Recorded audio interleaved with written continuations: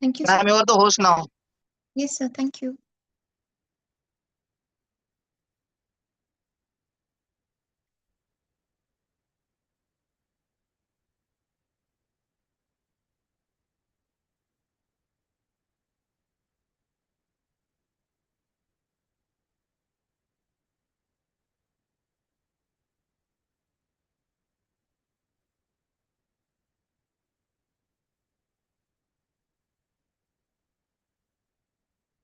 Good afternoon, everyone.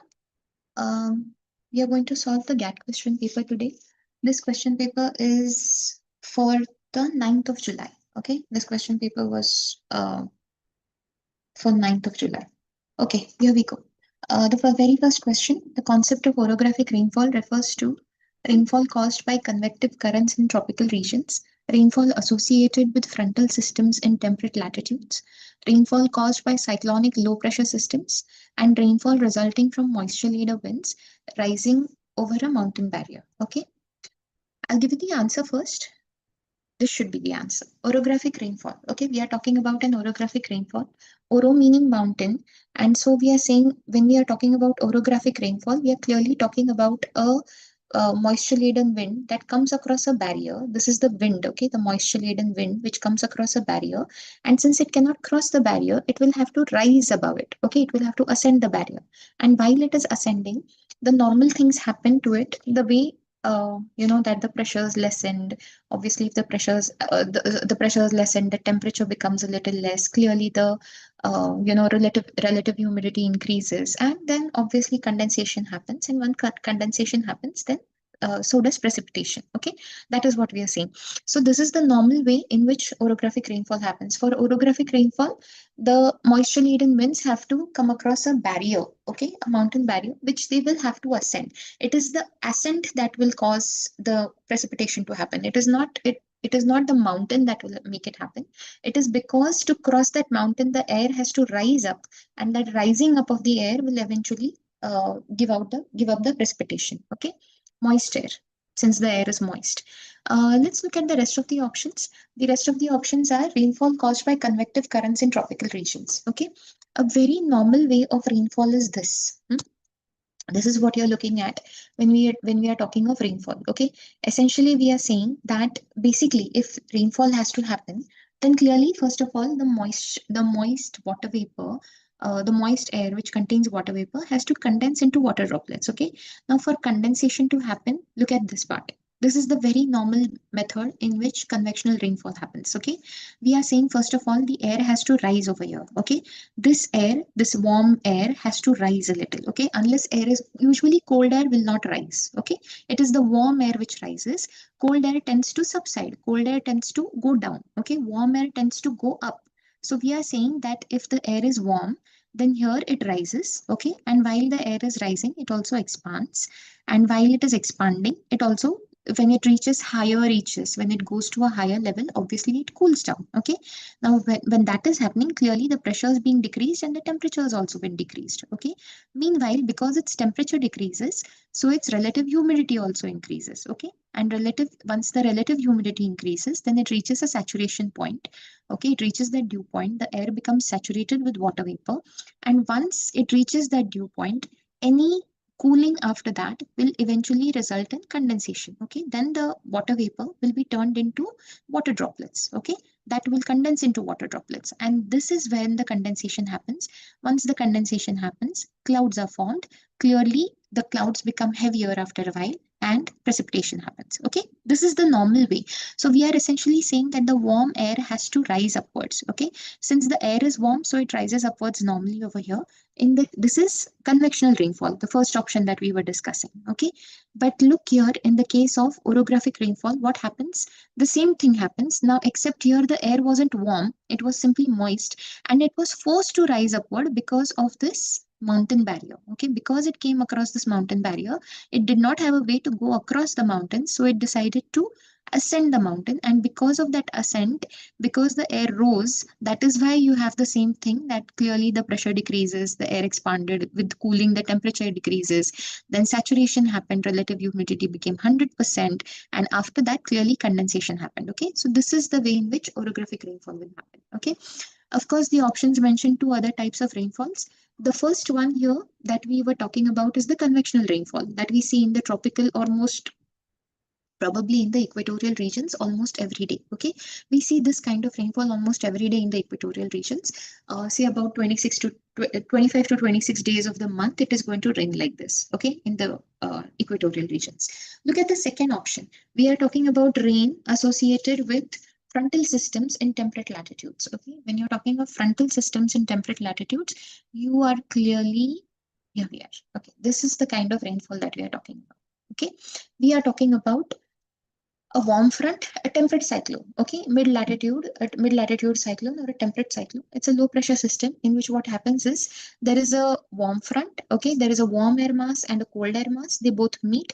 When the warm air mass starts pushing into the cold air mass, clearly a warm front is formed. When the cold air mass starts pushing into the warm air mass, clearly a cold front is formed. Okay, and then when these warm and cold fronts are formed, what essentially the cold front is going to try to do throughout the process is try to push the warm air upwards so that the cold air can come down. Okay, the cold air can settle down, the colder denser air can settle down, and the warmer lighter air can be pushed upward. Okay, so this is essentially what happens throughout the mixing of these cold and warm air. The mixing of the cold and the warm air is going to cause condensation, and that condensation is essentially going to give rise to precipitation. Okay, that is essentially going to cause the precipitation. Okay, so we are looking at a cyclonic rainfall. Okay, the second, this option was the cyclonic kind of rainfall. We were talking about that rainfall. Okay, okay, and this third option, option C, rainfall caused by cyclonic low pressure systems, that is going to be the tropical storms that we know of. Okay, they have to originate over these cyclones, tropical cyclones have to originate over the sea, a warm sea usually, and a good heat engine will convert all that heat into uh, kinetic energy, and it will move forward. Okay, it will move forward towards the land, and it will dissipate on the land in a few hours after raining a lot. Okay, that's essentially what happens. So these are the various ways in which rainfall can happen. Orographic rainfall is going to result, orographic rainfall is going to be because of the mountain barrier. Okay, okay, 111 का answer D था. All right, moving forward, let's go to question 112. Which of the following, okay, which of the following correctly pairs a biome with its dominant vegetation? Okay, your options are taiga, broadleaf deciduous trees, savanna, coniferous trees, tundra, grasses and scattered shrubs, temperate deciduous forests, dense tropical undergrowth. Okay, we are already aware of what these biomes are, but let's take a look at all of these. Let's say a taiga, broadleaf deciduous forest. No, taiga are the pine trees, you know, the conical leaves, kind of needle-like leaves. So you're looking at those forests, okay? These are, second, we'll have this. See, these are the forests that we are looking for. Taiga forests, they are also famously known as the boreal forest, okay? You can see these forests, right? You know these forests. So you're looking at the world's, this is also the world's largest land biome, okay?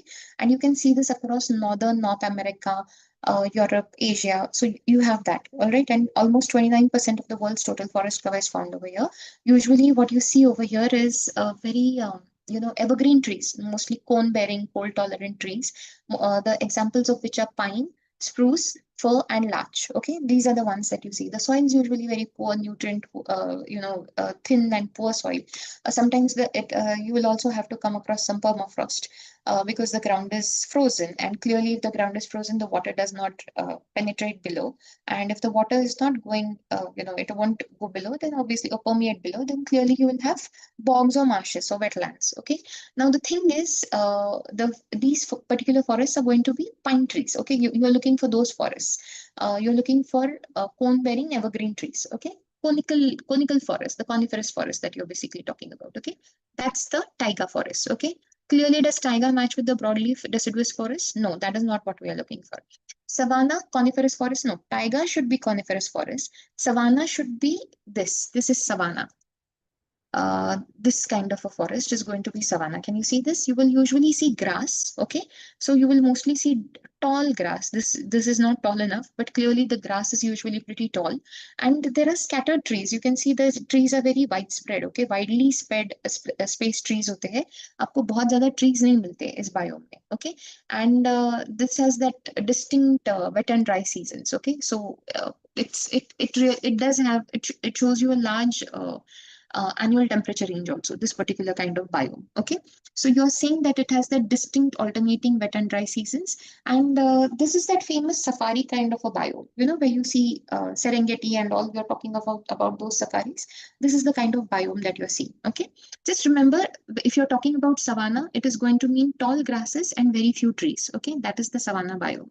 So clearly, savanna is not coniferous forest. Okay, now then tundra. Tundra is grasses and scattered shrubs. Yes, that is as close that you get to the tundra. Okay, this is the kind of trees that you will find. It is going to be just grasses and very scattered shrubs. Okay, that kind of a thing, because the soil is frozen almost all the year round. The soil is going to be really frozen, so there is no and it has a very short growing season, and very specialized life can grow over here. Okay, that one that can withstand very cold conditions. Okay, that sort of trees can, or rather like plant life can grow here. Okay, ठीक है. So no trees over here. So clearly tundra, grasses and scattered shrubs is correct so far.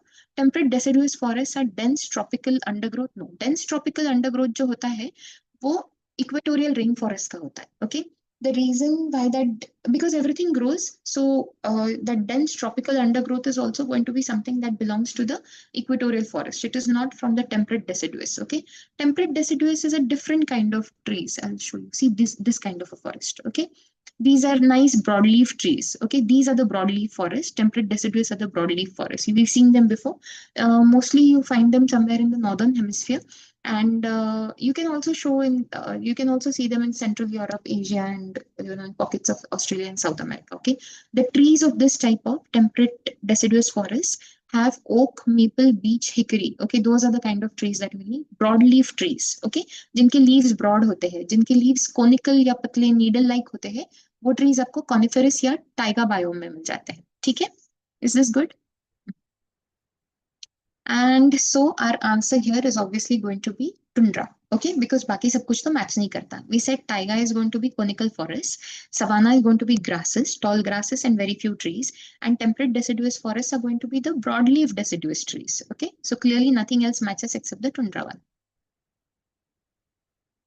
All right, moving forward, Intertropical Convergence Zone, ITCZ, is characterized by persistent high pressure and dry descending air, convergence of northeast and southeast trade winds, causing rising air and heavy rainfall, strong westerly winds at approximately 30 degrees latitude, and cold polar air meeting warm tropical air. Okay, ठीक है. We are discussing all these options. We are looking at the ITCZ. ITCZ is found at the equator. It is called as the Intertropical Convergence Zone. So obviously it has to lie somewhere in the middle of the tropics. Okay. And it's a convergence zone, meaning clearly two kinds of different winds are meeting over here. Okay. So the logical option here should be this: convergence of northeast and southeast trade winds, which causes the air to rise. And that is also a zone of heavy rainfall. Okay. Because warm air rises, clearly what is that going to result into? We just saw in the first question, that will result into precipitation. Okay, warm air rising above is finally going to give us precipitation. So this is the thing that we are talking about. The answer should be this. Okay, that convergence of northeast and southeast trade winds. So essentially you're saying that among all these, say suppose this is the equator. Okay, and this is 30 degrees north, 30 degrees south. Okay, we are calling this equator, and we are calling this subtropical high. Okay, at 30 degrees north, and this is subtropical low, subtropical high at 30 degrees south. Okay, so what we are essentially saying is southeast trade winds and northeast trade winds meet here. Okay, these are the northeast trade winds, these are the southeast trade winds, and we are saying these two meet over here, and this zone of meeting is called as the ITCZ. Okay, we call this the ITCZ, or the Intertropical Convergence Zone. In other terms, we also call this as the doldrums. Okay, because the air over here. Now the thing is, even though these two winds are meeting over here, the planetary winds are meeting here, the trade winds, what happens is these two winds meet each other, okay, at the base, and then they do not create any kind of storm over here. They simply rise above. Okay, at the equator they meet over here, the warm air rises above. If the warm air rises, clearly condensation happens, and then obviously precipitation is going to happen. Okay, that is a done thing. That's a done deal. Okay, now the thing is, because these winds are not creating any storm at the equator and simply rising above, the air over there remains pretty calm. Okay, and since the air remains pretty calm, we call them as the doldrums. So famously, ITCZ is also called as doldrums. Okay. Now that is the explanation about doldrums. Okay, let's look at the rest of them. Persistent high pressure and dry descending air. Okay, if you are saying that we are talking about persistent high pressure and dry descending air, then this is the subtropical high pressure zone. Okay, or the subtropical high pressure zone, or you what you call as the Haus latitudes. Okay, we've discussed this earlier. We had said that Haus latitudes are those places where it's a high pressure zone, and clearly from there the air moves out. Okay, as the northeast trade winds, this is the subtropical high at 30 degrees north and 30 degrees south. Okay, now you are saying, and if this is the equator, this side is the equator obviously, so we are saying that from here when the winds move out, these are the northeast trade winds. Okay, here these are called as the northeast trade winds, and the winds moving out from here are famously called as the westerlies. Okay, between 30 to 60 degrees north, there are other winds, a second type of planetary winds that blow between these latitudes, and they are called as the westerlies. Okay, these winds we call as the westerlies. Now these westerlies, now this region, we are, the option talks about this particular region, the Haus latitudes or 30 degrees north. Okay, now this is a very persistent high pressure region, and you have dry descending air. See what happened at the ITCZ. Clearly the winds were meeting together. Okay, this was surface convergence, and then you went and had an upper air divergence. Okay, the opposite of this happens at the subtropical high pressure zone. What happens at the subtropical high pressure zone is, clearly there is a surface divergence. Okay, because this is a high pressure zone, so clearly at this point there is a surface divergence, and what happens is the air is descending at this point. Okay, the air is clearly descending at this point. So this particular thing, this particular latitude is famously called as the subtropical high. Haus latitudes, you will have dry descending air from above. Okay, upper convergence, lower divergence, surface divergence. That is what you're finding. Strong westerly winds at approximately 30 degrees latitudes is also going to be Haus latitudes. Okay, because westerlies emerge from the Haus latitudes, and cold polar air meeting warm tropical air. That can be if you're going to, if the cold polar air is going to meet the warm tropical air, then you are somewhere at 60 degrees latitudes at the subpolar low. Okay, you're easily at 60 degrees north and 60 degrees south, where you have the subpolar low. Okay, at what happens at the subpolar low? Wait a minute, I'm going to, a better idea would be to just show you the picture of it, right? Wait a minute.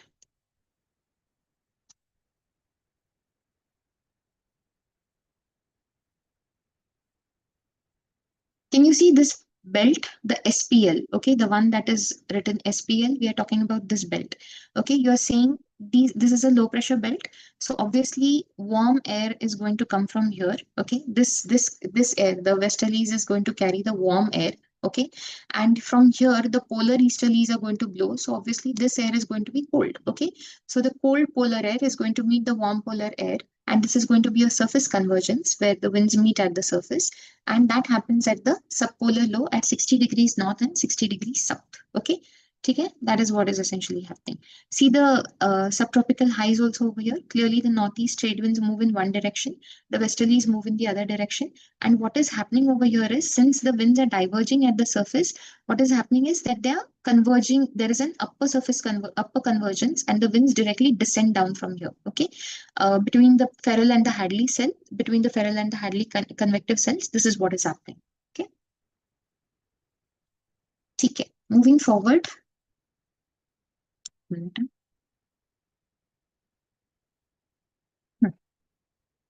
Next question.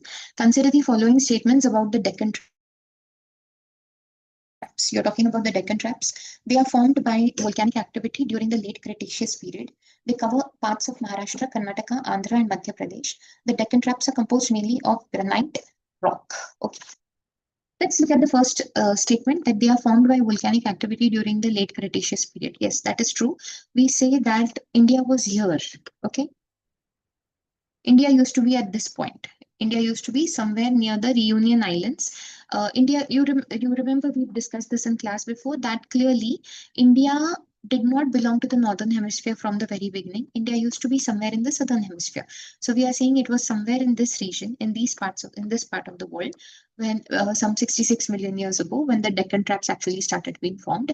So we are saying that in the late Cretaceous period, India was somewhere over here, and it was trying to make its move all the way up into the to the northern hemisphere. Okay. Now what we are saying is while India was here, that it stumbled across a place called as Reunion Hotspot. Okay, and it is because that it was affected by the Reunion Hotspot that clearly lava eruptions happened, and a flood basalt plateau was formed, and that is essentially what you see as the Deccan Plateau. Okay, so this is very correct. Sorry, the period is very correct, late Cretaceous period, and they are formed by volcanic activity. Okay, do they cover parts of Maharashtra, Karnataka, Andhra, and Madhya Pradesh? Yes, Gujarat also, but this is where these are basically all the places that are going to cover it. We say Maharashtra, Karnataka, Andhra, Madhya Pradesh, Gujarat. Okay, this is what the Deccan Plateau essentially means. This is where the Deccan Plateau is. And lastly, the Deccan traps are composed primarily of granite rock. No, there is a very simple explanation here.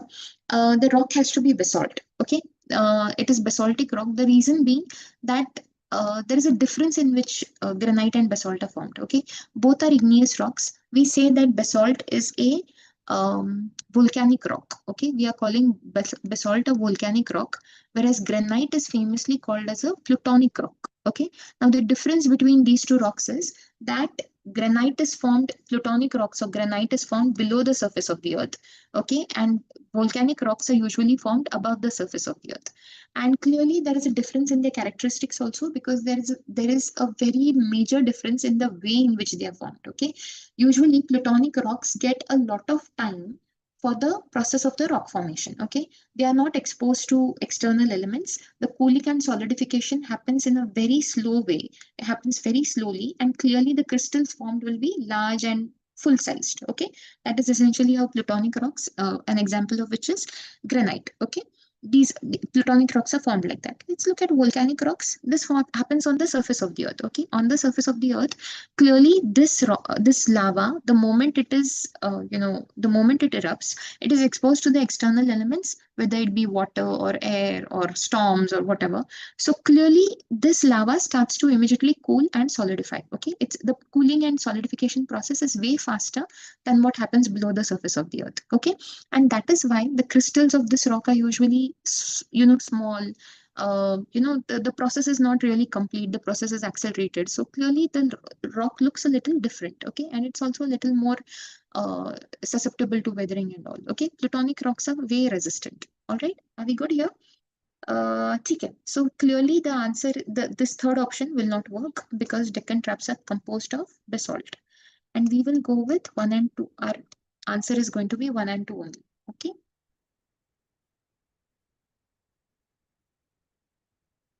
Question 115. The Sundarbans Delta is formed primarily by which river system?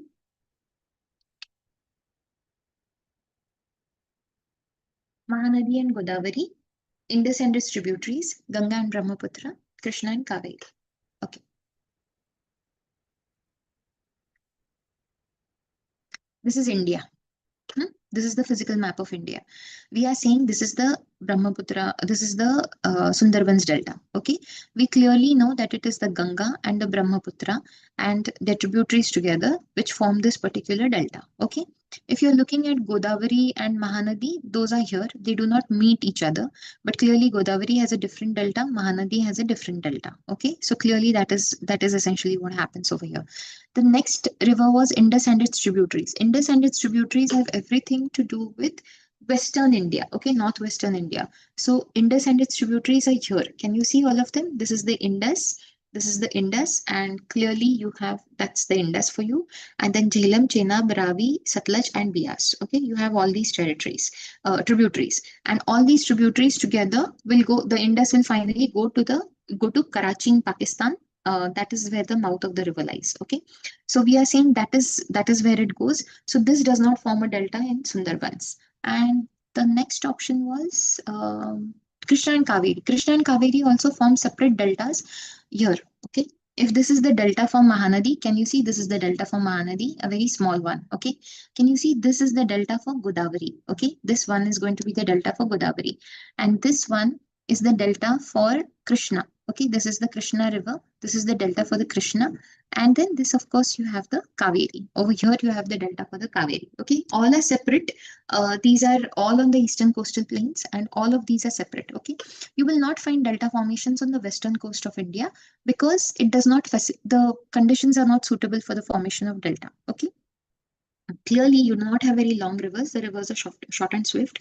The rivers are not very long. They do not have enough sediments because they travel short distances, like we have already discussed. And the coastal plains are, it's mostly a fall from here, from the Western Ghats. It's mostly a fall because the Western coastal plains are also very narrow. So the rivers do not travel large distances before going over there.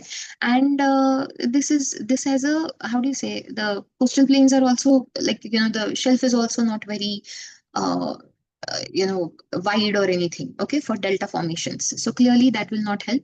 Everything works in the favor of the eastern coast for the formations of delta. You have long rivers, clearly a lot of sediments, a nice wide continental shelf, and clearly good conditions from the sea also for the delta formation. Okay, so you have all that over here. So your answer here is going to be Ganga and Brahmaputra.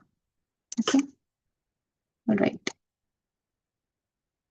Moving forward, which one of the following correctly explains the concept of rain shadow? अभी देखा ना हमने climatology में. Let's look at that. We are looking at the options. A dry region on the leeward side of a mountain that receives little rainfall. An area of heavy rainfall on the windward side of a mountain. The shadow cast by clouds on the surface of the earth, and a meteorological zone of low precipitation near the equator. Okay. Low precipitation near the equator sounds like a fantasy. Okay, so वो थोड़ा सा difficult है. Next, look at the shadow cast by clouds on the surface of the earth. उसको rain shadow नहीं बुलाएंगे. Obviously, that's just a joke. An area of high rainfall on the windward side of the mountain. No, you have the windward side on the mountain. This is called as this region is called as the windward side gets the orographic rainfall. Remember, it gets a heavy rainfall. So the second option is actually telling you about the orographic rainfall because it's a heavy rainfall on the windward side. Okay, when you're talking about a rain shadow region, you're talking about this region. Okay, say suppose this is the mountain or the barrier that you've come across. These are the winds. These winds ascend and they will give rainfall over here. Okay, you say there is precipitation over here, cloud formation and precipitation over here. Okay, now when these winds cross over, okay, what happens is clearly as in how the air is coming down. So now clearly the pressure starts to increase. Okay, if the pressure starts to increase, the air is getting compressed. Clearly the temperature also starts to increase. Okay, if the temperatures increase, what can you say about the relative humidity? Obviously, the relative humidity is going to start to decrease. Okay, and with decreasing relative humidity, how can the air possibly be saturated, and how can there be any condensation later? Okay, so clearly the moment the moment these winds cross over cross the barrier and come over to this is the leeward side. Okay, the moment they come to the leeward side, what happens is clearly these winds have very less chance of giving any sort of precipitation because the pressure rises, the temperature rises, the relative humidity falls, and clearly because of that the chances of precipitation keep on reducing. Okay, so you get very less precipitation in the leeward region. Okay, on the leeward side of the mountain you get very less precipitation, and that is why this region is famously called as the rain shadow region. Okay, you get less rain over here. So this is essentially what a rain shadow region is. Question 117, the Pacific Ring of Fire accounts for approximately what percentage of the world's earthquakes? Your options are 30 degrees, 90 degrees, 50 degrees, not degrees, sorry, percent, 30%, 90%, 50%, and 70%. Okay, we are going with 90%. The earthquake probability of an earthquake, finding it anywhere other than anywhere on the surface of Earth is 90% in the Pacific Ring of Fire. Almost 90% of the world's earthquakes happen in the Pacific Ring of Fire, and almost 75% of the world's volcanic activity also happens in the Pacific Ring of Fire. Okay, you're looking at a very specific thing. Yeah, this is the Pacific Ring of Fire. Okay, you're looking at the Pacific Ring of Fire. You say that in the Pacific Ring of Fire, you can clearly see this, right? Now this is the Pacific Ocean. Okay, this is the Pacific plate, the tectonic plate, and it is surrounded by all these different plates: the North American plate, the Eurasian plate, the Indo-Australian plate. You clearly have this South Indian rise. You have these different ridges over here, and these little smaller minor plates: Nazca plate and Cocos plate and Caribbean plate. So you are seeing all of these different plates lie over here, and mostly these are all convergent boundaries. Okay, most of these are convergent boundaries. Now, what is happening is, because of this, interboundary region, because this is a inter, this is all convergent boundaries, right? So, because of that, what happens is the probability of earthquakes and both volcanic eruptions rises way high. Okay, बहुत ज़्यादा बढ़ जाता है, and that is why this particular region is famously known as the Pacific Ring of Fire, because आपको दुनिया की 75% earthquakes and 75% volcanic activity and 90% earthquakes इस region में मिल जाते हैं. Okay, that is what you will remember. You'll find a lot of trenches also over here, and this is generally a famous place. Okay. All right, ठीक है. Consider the following about the Western Ghats. They run parallel to the western coast of Indian Peninsula. They are higher in the south than they are in the north, and they are a UNESCO World Heritage Site. Okay, ये तो Western Ghats है भैया पे. We are looking at the physical map of India. ये वाला जो section है, can you see this section? That is what we are calling the Western Ghats. Okay, ये Western Ghats है. ये almost ये गुजरात में थोड़े मिलते हैं आपको, महाराष्ट्र में मिलते हैं of course, and then Karnataka, Goa में मिल जाएंगे आपको थोड़े से, and then clearly Kerala and Tamil Nadu में मिल जाएंगे, थोड़े केरला में मिल जाएंगे आपको थोड़े से. Okay, so all the way down over here. Now what happens is Cardamom Hills is the last place. Okay, Cardamom Hills is the last major Western Ghats hill range. Okay, Nilgiri is the meeting point of the Eastern and the Western Ghats. ये Eastern and Western Ghats के meeting point होता है Nilgiris. Okay, and clearly Western Ghats का height यहाँ पर महाराष्ट्र में, गुजरात में थोड़ा कम है, whereas उसका height अगर आप यहाँ पर नीचे केरला में जाओ तो वो बहुत ज्यादा है. Okay, the highest peak of the Western Ghats is also found in southern India over here. Okay, can you see that? I don't know if you can make it out. Anamudi बुला रहे उसको. Okay, so we are calling it Anamudi. That is the highest peak. Okay, in the Western Ghats. So clearly the height will increase from the north to the south. Okay, Western Ghats की height north से लेके south तक increase करती जाएगी. क्या options था? They are a world UNESCO World Heritage Site. That is also true. Okay, they are a UNESCO World Heritage Site. They are higher in the south than in the north, and they run parallel to the western coast of the Indian Peninsula. That is also absolutely true. Okay, all of these three are correct. So we'll go with option A. 1, 2, and 3 are correct.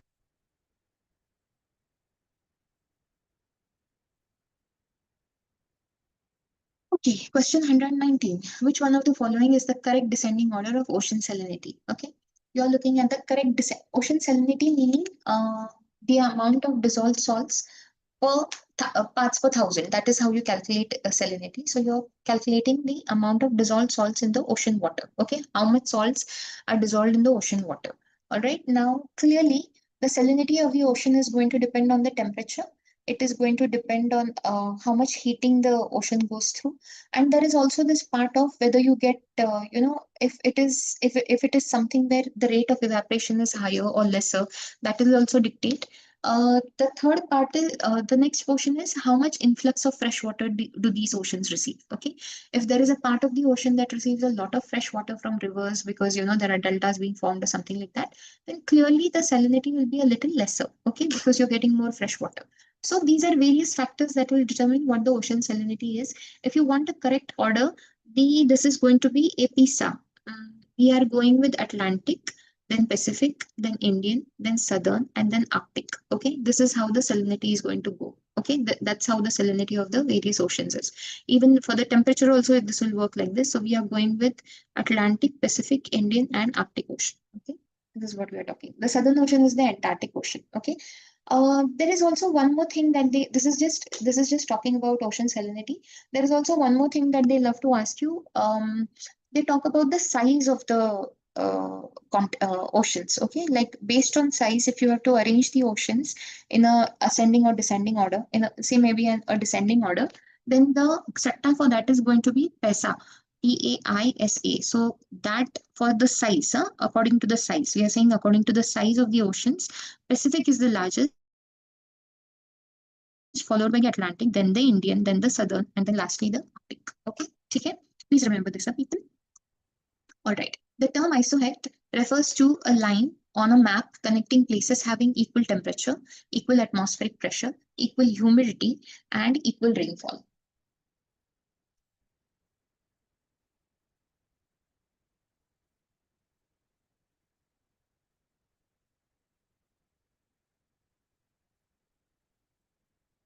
Your options are equal temperature, equal atmospheric pressure, equal humidity, equal rainfall. The answer is going to be equal rainfall. Heights means rainfall. Okay. Hells means sunshine. Isohells would be sunshine, equal sunshine. Okay. Equal temperature would be called as isotherms. Okay. You call them as isotherms. And isohells is sunshine. I'm saying equal sunshine. Okay, that is isohells. Equal temperature would be isotherms. Equal atmospheric pressure would be called as isobars. That is what we call isobars. And equal humidity is isohumes. We call that isohumes. Okay. And wait a second, there is another word for it. I had found a nice one. Isohygric. The line is also called isohygric line or isohumes. Okay, that is what equal humidity on a weather map gets you. Places, lines joining places of equal humidity are called as isohygric lines or isohumes. Okay, ठीक है?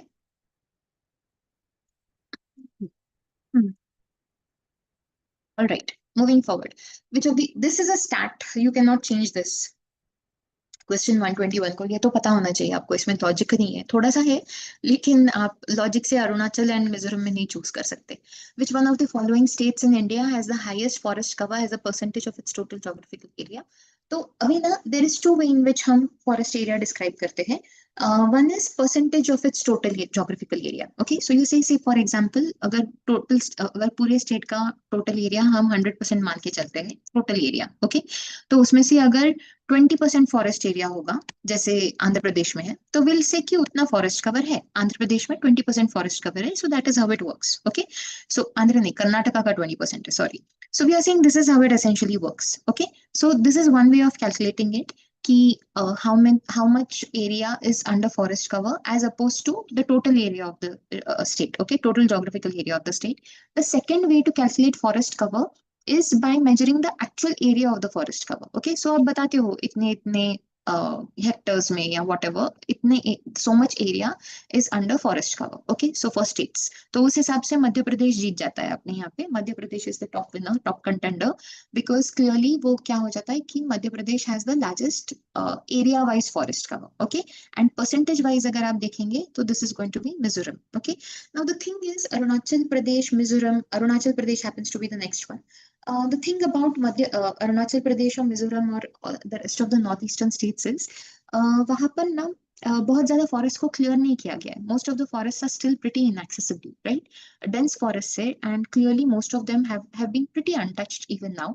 So we are saying कि वो forest cover अभी भी अच्छा खासा वहीं पे है. ओके, जितना ज्यादा आप लेस माउंटेनस रीजन्स से प्लेन्स वगैरह में आ जाते हो ना, ये क्लियरली नॉर्थ ईस्टर्न रीजन थोड़े से माउंटेनस है, सो जितना ज्यादा आप प्लेन्स में आ जाओगे उतना फॉरेस्ट क्लियर करने का टेंडेंसी ज्यादा हो जाता है, because you clear the forest and instead civilizations are settled over there, right? आप बड़े बड़े सिविलाइजेशंस को सेटल कर देते हो, इंफ्रास्ट्रक्चर के लिए यूज करते हो, ट्रांसपोर्टेशन के लिए रास्ते वस्ते बना लेते हो. The land is used for very many reasons, okay, apart from just forest cover. So clearly जहां पर आप बहुत हिली रीजन्स में होते हो, माउंटेनस रीजन्स में होते हो, वहां के फॉरेस्ट मोस्टली प्रिस्टाइन फॉर्म में मिल जाते हैं.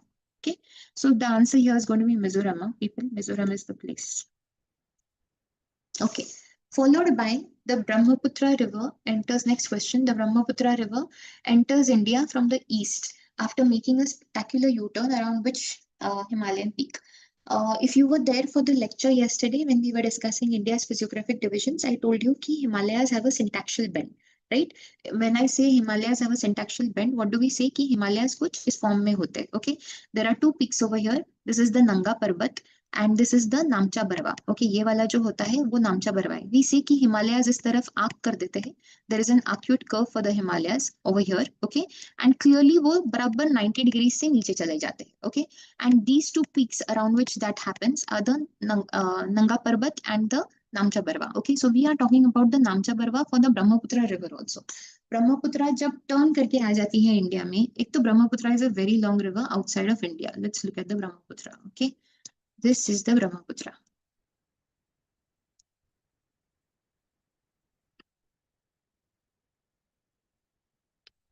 Hmm. This is the Brahmaputra that we are talking about. So we are saying that this is the river. It is going to, ये देखिए यहाँ से निकलती है वो, okay? यहाँ से तिब्बत से निकलती है वो, and then it goes all the way over here. See, this is the way it is going. Okay, this is going all the way over here from this region.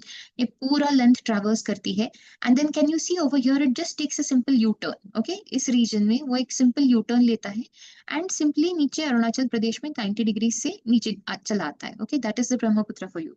तो ये जो this place, this particular peak around which it takes that U-turn is going to be the Namcha Barwa. Namcha Barwa के around वो turn करेगा और सीधा नीचे आ जाएगा, and then यहाँ से it will travel through the Assam plains and all that. Okay, that is essentially how the Brahmaputra works. The peak is going to be Namcha Barwa. Okay, Dhaulagiri अपने यहाँ पे नहीं लाई करता है. नंगा पर्वत clearly POK region में पाकिस्तान में लाई करता है, and Kanchenjunga is shared by Dhaulagiri is clearly in Nepal. Nepal में लाई करता है धौलागिरी. कांचनजंगा यहाँ पे नजर आ रहा है. Can you make out the Kanchenjunga over here? This is the Kanchenjunga. Okay, it's a peak which is shared by the India, shared by India and Nepal. Okay, वो India Nepal के बॉर्डर पे आता है Kanchenjunga.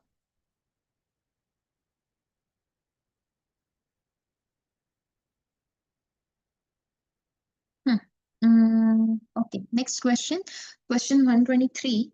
The term steppe refers to dense tropical forests, um, dense tropical rainforest regions, cold desert regions at high altitudes, temperate grasslands found in Eurasia, and mixed forests of the temperate zone. Okay, steppes के बारे में बात करें तो we are talking about grasslands. Okay, steppes are grasslands. Okay, we are clearly talking about the grasslands. Eurasia में जो grasslands मिलते हैं, temperate grasslands at higher latitude, little mid latitude, high latitudes में जो मिल जाता है उसको हम स्टेपीज बुलाते हैं. ओके, रशिया में जो मिलेंगे या फिर किर्गिस्तान वगैरह में जो मिलेंगे, we are talking about those. Okay, now अगर आप dense tropical rain forest regions की बात कर रहे हो तो you are probably talking about the Amazonian rain forest. उनके लिए एक स्पेसिफिक नाम होता है selvas. Okay, we call them the selvas. Okay, वहाँ के जो फॉरेस्ट होते हैं उनको सेल्वास बुलाते हैं.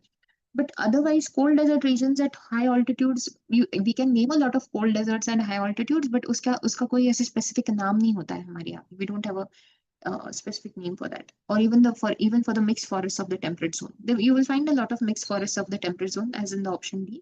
लेकिन clearly उसके ऐसे कोई specific नाम नहीं होते, जैसे स्टेपीज के है, सवाना है, सेल्वाज है, so ऐसे कोई नाम नहीं मिलते हैं. Okay. Um, All right, moving forward, which one of the following is not a tributary of the Indus River? Jhelum, Chenab, Chambal, Bias. Okay. Answer is going to be Chambal. C Chambal. Okay, Chambal famously is a tributary of the Yamuna, and the Yamuna is a tributary of the Ganga. Okay, so Chambal Ganga system का part हो जाता है, because वो यमुना में चली जाती है Chambal, and Yamuna end में eventually गंगा को जाके मिल जाती है. तो Chambal happens to be of the Ganga river system. Okay, Chambal Ganga river system का part है, whereas इंडस में आपको झेलम, चेनाब एंड बियास मिल जाता है. Let's look at all these rivers over here. जाके देख लेते हैं. चलो आपको चंबल दिखा देते हैं, मिल गई है तो let's just look at the Chambal over here. Okay, this is the Chambal river. Can you make out? Okay, we are saying वो यहाँ से निकल रही है. वी आर सेइंग वो ऑल द वे यहाँ से जाएगी. This is the Chambal. Chambal is very long. Okay, by the way, so we are saying this is the Chambal river. It goes and meets the Yamuna. Okay, जाके यमुना को मिल जाती है, एंड देन यमुना जाके अल्टीमेटली गंगा को मिल जाती है at Prayagraj. Okay, so we are saying this is where this is Chambal is going to be a part of the Ganga river system. Okay, and then you have Indus में जाने वाली. You are saying Indus is this. Okay, यहाँ से शुरू होती है all the way यहाँ तक जाने वाली. This is the Indus. Okay, and then these are the various rivers that it gets: Jhelum, Chenab, and Bias. Okay, we were talking about Jhelum, Chenab, and Bias. Okay, तो Jhelum starts from here. Jhelum यहाँ से जम्मू कश्मीर से शुरू हो जाती है, and यहीं से आगे निकल के थोड़ा इंडिया में travel कर लेती है. Passes through the Vular Lake. Can you see over here? It will pass through the Vular Lake. and it meanders a little in Kashmir. Okay, Kashmir Valley में से पास करती हुई all the way Srinagar is situated on its banks. Kashmir Valley में से पास करती हुई यहाँ से बाहर निकलती है, इंडिया पाकिस्तान की बॉर्डर बनाती है Jhelum, and then goes out and meets the Chenab essentially. Okay, Jhelum जाके चिनाब में मिलती है. चिनाब यहाँ से हिमाचल प्रदेश से निकलती है. Okay, this is where it starts off, and then it will start from here all the way and India में थोड़ा ट्रैवल करेगी, बहुत खूबसूरत गॉर्जेस बना लेती है, एंड देन यहाँ से ट्रैवल करके फिर वापस पाकिस्तान में यू विल सी उसका मेजर फ्लो है. ओके, रावी की बात हम नहीं कर रहे, we are talking about the Beas. Beas Kund से निकलती है हिमाचल में वंस अगेन, एंड यहाँ से बाहर निकलो, इंडिया में काफी ट्रैवल करती है वो, एंड देन यहाँ से वी स्ट्रेट, यहाँ से वो जाके सतलज को जाके मिल जाती है. Okay, it meets the Sutlej river, and then the Satluj is going to go and meet the Satluj and is going to go and meet the Chenab and finally into the Indus system. Okay, so Indus का part होंगे Jhelum, Chenab and Bias, whereas the Chambal is going to be a part of the Yamuna. Okay, the Tropic of Capricorn passes through which of the following countries? Australia, Egypt, India, Japan. Okay, we are talking about the Tropic of Capricorn passing through which of the following countries. Let's see which of the countries. We have a list for that today, because we need to memorize. We are saying there are 10 countries across which the Tropic of Capricorn goes. And in South America, they are going to be Chile, Argentina, Paraguay, and Brazil. Okay, in Africa, it's going to be Namibia, Botswana, South Africa, Mozambique, and Madagascar. And then lastly, in Oceania, Australia, it's just going to be Australia. Okay, Egypt कहीं भी figure नहीं करता है इसमें, so वो कोई problem नहीं है. एंड बाकी बचे दो जो है इंडिया एंड जापान, ये तो क्लियरली नॉर्दर्न हेमिस्फीयर में लाई करते हैं. If you're looking for the Tropic of Capricorn, you're going to look for a country that lies in the southern hemisphere, right? Obviously, आपको southern hemisphere का country चाहिए. India Japan northern में लाई करते हैं, तो उसमें से Tropic of Capricorn नहीं पास कर सकता है. ओके, whereas इजिप्ट में से नहीं करता है, आपके पास ऑस्ट्रेलिया है. 10 countries through which it passes. We've already seen the list. Okay, this is going to be in Africa, it's Namibia, Botswana, South Africa, Mozambique, Madagascar, and in South America, it's Chile, Argentina, Paraguay, and Brazil. Okay, Brazil is famous like that. Brazil is the only country in the world जिसमें से equator and tropic of Capricorn दोनों pass करते हैं. इकलौता ऐसा country है, क्योंकि Brazil बहुत बड़ा है. रिमेंबर? ओके, ठीक है. तो your option is going to be Australia. Australia is going to be the answer, A Australia. Okay, next question discuss करते हैं. Consider the following regarding the Indian monsoons. Okay, we are talking about the Indian monsoons. We say the onset of the southwest monsoon over Kerala normally occurs around 1st June. Yes. The Bay of Bengal branch of the northwest monsoon is stronger than the Arabian Sea branch, and the northeast monsoon affects the Coromandel coast. Okay. चलो जी, यही हमारे यहाँ जो monsoon आता है ना, we are looking at India, right? तो we are saying ये यहाँ पे यूजुअली द मानसून का सिस्टम ये होता है कि वो अंडमान निकोबार आइलैंड्स पहले जाता है. बिकॉज मानसून आने के दो तरीके हैं. There are two ways in which the monsoon comes in. एक यहाँ से आएगा और दूसरा यहाँ से आएगा. Okay, so we are saying this is the way monsoon approaches. तो वी आर बेसिकली, ये केरला वाला जो है यहाँ पर जाने वाला मानसून, ये 1 जून तक जाएगा केरला में. ओके, 1 जून तक डेफिनेटली अप्रोच करता है.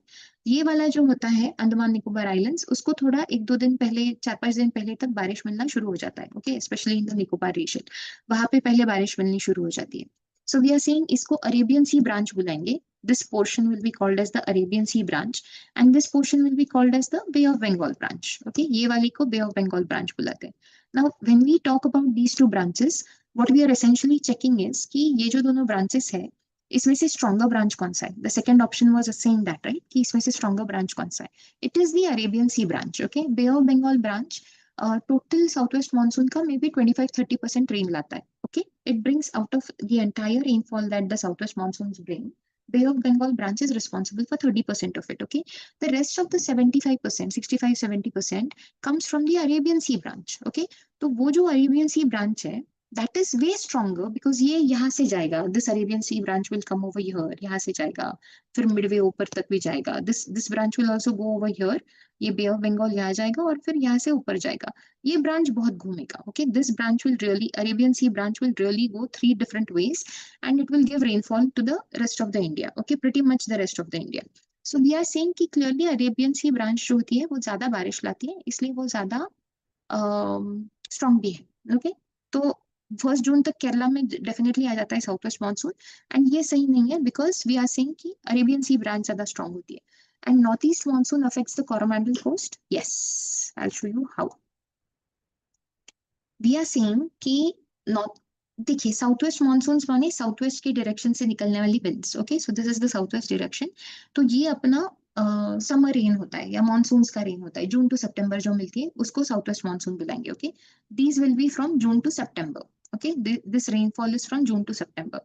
फ्रॉम इन से October to December, from October to December हमको नॉर्थ ईस्ट से विंड्स आते हैं। Okay, so north east, specially essentially the north east trade winds we are talking about. So we are saying कि ये जो नॉर्थ ईस्टर्न विंड्स होते हैं उसको हम, since they pass over the bay of Bengal, they are moving from the land towards the sea, so when they pass over the bay of Bengal वो यहाँ पे मॉइस्चर कलेक्ट कर लेते हैं। एंड जब वो इस कोस्ट को हिट करते हैं, इंडिया के इस कोस्ट को हिट करते हैं, तो वो इस तरफ बारिश देते हैं। अक्टूबर टू दिसंबर में इस रीजन को बारिश मिलती है। Okay, so this is the Coromandel coast, आप जिसके बारे में बात करिए, ये वाला कोस्ट, ये कोरोमंडल कोस्ट है। एंड इसको अक्टूबर टू दिसंबर में एक बार अच्छी खासी बारिश मिलती है।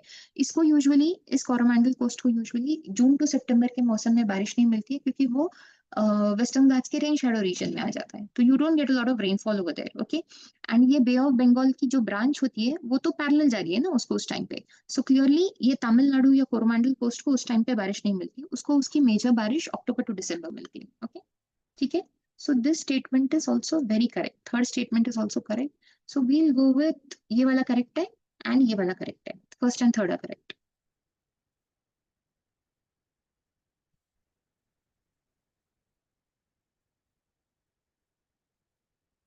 Okay. Next question. The phenomenon of thermal inversion in the atmosphere refers to an increase in temperature with altitude in layer of the atmosphere, the cooling of the Earth's surface during the day due to cloud cover. And third option says the seasonal reversal of wind directions, and the decrease of temperature at high altitudes only at night. Okay, okay. Let's look at this. Decrease of temperature at high altitudes only at night is not what we are looking at. Okay, we are saying कि high altitudes पे clearly temperature ऐसे भी decrease करेगा, रात को थोड़ा ज्यादा decrease करेगा, लेकिन दिन में भी decrease करता है। ओके, तो वो कोई बड़ी बात नहीं है। Seasonal reversal of wind directions is just what we saw. Monsoons जो थे, that is famously a seasonal reversal of wind directions. Okay, June to September में clearly south west monsoon flow करते हैं, मानसून winds फ्लो करते हैं, and then clearly not to sorry October to December में north east monsoon. तो ये seasonal reversal of winds होते हैं। Cooling of earth surface during the day due to cloud cover, we are saying कि cloud cover की वजह से अर्थ का सरफेस कूल नहीं होता है। The thing with the cloud cover is, suppose these are the clouds, right, तो इस पे जो सनलाइट आती है वो यूजुअली रिफ्लेक्ट हो जाती है। ओके, इस पे जो भी सनलाइट गिरेगी ऊपर से वो रिफ्लेक्ट हो जाएगी, एंड यहाँ से जो हीट अर्थ बाहर रेडिएट करता है वो उस हीट को ट्रैप करके रखता है। Okay, that heat is trapped by the cloud cover. Okay, so cloud cover का वो एक तो बेसिकली इंसुलेशन को भी रिफ्लेक्ट कर देता है, जो भी इंसुलेशन आएगा, इसलिए थोड़ा सा कूलिंग का इफेक्ट मिल जाएगा, लेकिन वो अर्थ जो हीट रेडिएट करता है उसको ट्रैप करता है, that's a different thing. Okay, let's look at the first option which is the actual answer. So let me explain to you the first option. The phenomenon of thermal inversion in the atmosphere refers to an increase in temperature, okay, with altitude in a layer of the atmosphere. ये आपका answer है। तो people normally क्या होता है कि we are saying suppose this is the surface of the earth, okay, ये surface है earth का। Now what happens is कि हमको, this is the sun, okay, sun से इंसुलेशन मिलता है। ओके, उसकी वजह से the earth gets heated up. Okay, and it starts radiating heat, it starts radiating energy. Okay, that energy comes out in the form of long wave radiation. Okay, long wave terrestrial radiation बुलाते हैं हम उसको। तो वो long wave radiation जो होता है उसका एनर्जी थोड़ा कम होता है, हीट भी थोड़ा कम होता है। Okay, the way in which it, अब ये जो एनर्जी होती है जो अर्थ गिव आउट करता है, अर्थ रेडिएट करता है, उससे हमारा एटमॉस्फेयर हीट होता है। ओके, एंड वो ऐसे होता है कि ये वाला जो लेयर होता है, the layer which is closest to the earth is heated by this long wave radiation. Okay, then this layer of the atmosphere passes the heat to the next layer. Okay, and then this second layer will pass the heat to the next layer. So you are saying कि इस तरह से conduction से ये layer by layer heat up होते जाता है। Okay, obviously अगर नीचे वाला लेयर ऊपर ऊपर वाले लेयर को हीट कर रहा है, तो ऑब्वियसली ऊपर वाले लेयर्स कूल होंगे और नीचे वाले लेयर्स जो होते हैं वो थोड़े वार्म होंगे। Okay, that is a very obvious thing कि obviously the closer you are to the surface of the earth, the air temperature will be warmer, and the farther away you go from the surface of the earth, the air temperature will be lesser. Okay, थोड़ा cool हो जाएगा वो। अभी ये रहा normal condition. इसका जब reversal होता है एंड आप नोटिस करते हो कि warm air lies above the cold air, तो इसको हम बुलाते हैं thermal inversion. Okay, so we are saying कि अगर आपका नीचे का टेम्परेचर कूल रहा एंड ऊपर जाते जाते अगर टेम्परेचर बढ़ने लगा इन ऑल्टीट्यूड, तो उस प्रोसेस को हम एक्चुअली थर्मल इन्वर्जन बुलाएंगे। Okay, that is what we call as the thermal inversion. Thermal inversion जब भी होता है तो एटमॉस्फेरिक स्टेबिलिटी आती है, क्योंकि वार्म एयर ऊपर राइज नहीं कर सकती है, कोल्ड एयर है वो नीचे सेटल हो जाती है, नीचे वाली, एंड क्लियरली प्रेसिपिटेशन नहीं होगा। ओके, सो फॉग्स फॉर्म होते हैं, रेडिएशन फॉग्स मिल जाएंगे। These are all different significant effects that we see. Last question of the day, question 128. Which one of the following correctly describes the concept of spring tides? You say tides of minimum height occurring when the moon is at a quadrature, tides that occur only during spring, March to May, tides caused solely by the gravitational pull of the sun, and tides of maximum height occurring when the sun, moon, and earth are aligned. This is the answer. You are saying the tides वो होते हैं, spring tides वो होते हैं जिसमें high Tide भी 20% higher होता है एंड लो टाइड भी 20% लोअर होता है, क्योंकि टाइड्स का जो इफेक्ट होता है, टाइड्स का जो सोर्स होता है एनर्जी का, that is the gravitational effect, जो हम कहते हैं ग्रेविटेशनल, एंड देन उसका काउंटर सेंट्रीफ्यूगल।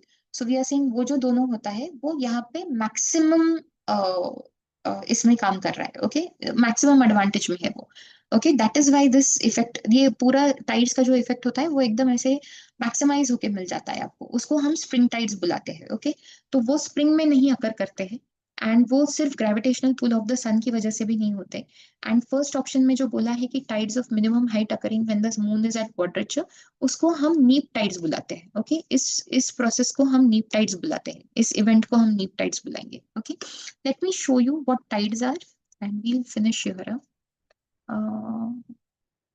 ओशनोग्राफी में होगा।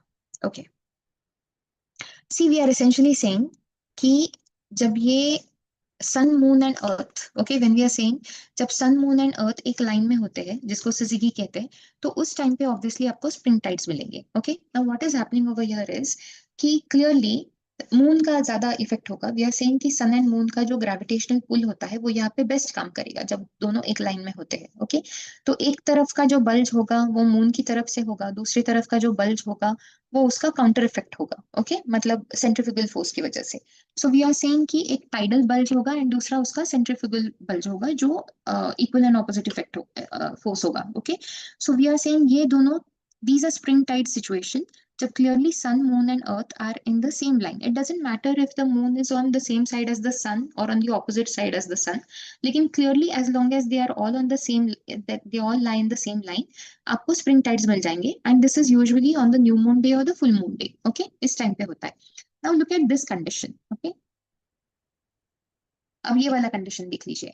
You are saying this is the sun. Okay, ये सन है आपका, ये अर्थ है, ये अर्थ है, एंड ये रहा moon. Okay, this is the moon. Now look at this condition. You are saying ये तीनों एक लाइन में है, तो यहाँ आपके फुल मून के हाई टाइड्स या you will get spring tides. Okay, उस कंडीशन को हम स्प्रिंग टाइड्स बुलाएंगे। Okay, now let's look at what is happening over here. You are saying ये सन एंड अर्थ जिस एंगल पे है उसके 90 डिग्रीज पे आपको मून मिलता है। Okay, at 90 degrees you find the moon. तो यू आर सेइंग कि इस पोजीशन को क्वाड्रेचर बुलाते हैं। Okay, you say that they are in a quadrature, they are not in a straight line, they are in a quadrature. तो इसमें क्या होता है, सन एंड मून का जो ग्रेविटेशनल इफेक्ट होता है ना, वो एक दूसरे को थोड़ा थोड़ा कैंसिल कर देता है। ओके, एंड उसकी वजह से व्हाट हैपेंस इज कि ये जो टाइड्स मिलते हैं आपको वो थोड़े से इंटरमीडिएट होते हैं, या फिर वो नीप टाइड्स होते हैं। Okay, those will be called as neap tides.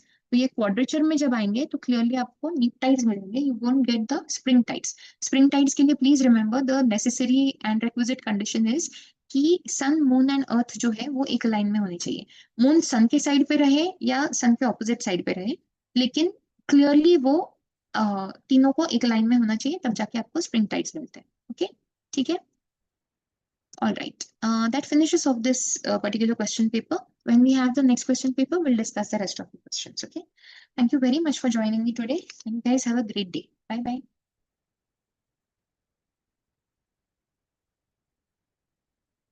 Samruti, do you have any questions to ask? No, I'm all. Okay, no problem then. Thank you. You take care. Bye. Thank you, ma'am.